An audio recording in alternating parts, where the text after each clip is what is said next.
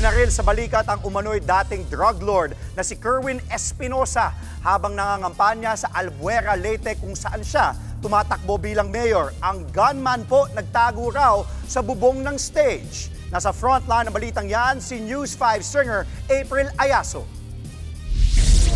Nagkalat ang dugo sa sahig ng gymnasium na ito sa barangay Tinagaan, Albuera, Leyte.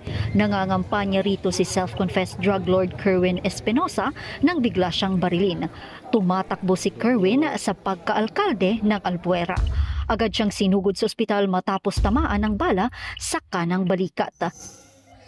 Nakapag-post pa si Espinosa sa kanyang social media account kaugnay ng event ng kanyang partido bago ang pamamaril.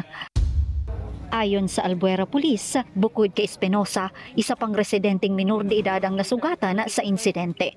Sa impormasyon naman ng COMELEC, nasugatan din sa pamamaril ang kapatid ni Espinosa. Sa paunang investigasyon ng kapulisan, nakaupo noon si Espinosa habang naghihintay na magbigay ng kanyang speech nang biglang barilin ng gunman mula sa likuran. Nagtago raw ang gunman sa may bubong ng stage. Ayon sa kampo ni Espinosa, nasa ligtas na kalagayan na siya. Nakatakda raw maglabas ng pahayag. Agad kinundina ng COMELEC ang pamamaril sa kampanya ni Espinosa. Tiniyak nilang pananagutin ang salarin. Balota raw hindi bala ang sagot sa problema.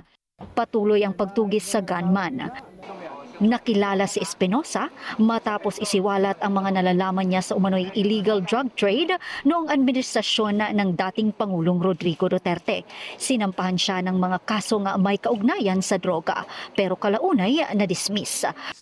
Tumistigo rin si Espinosa sa pagdinig noon laban kay dating Senadora Laila de Lima pero binawi rin niya ang kanyang mga pahayag.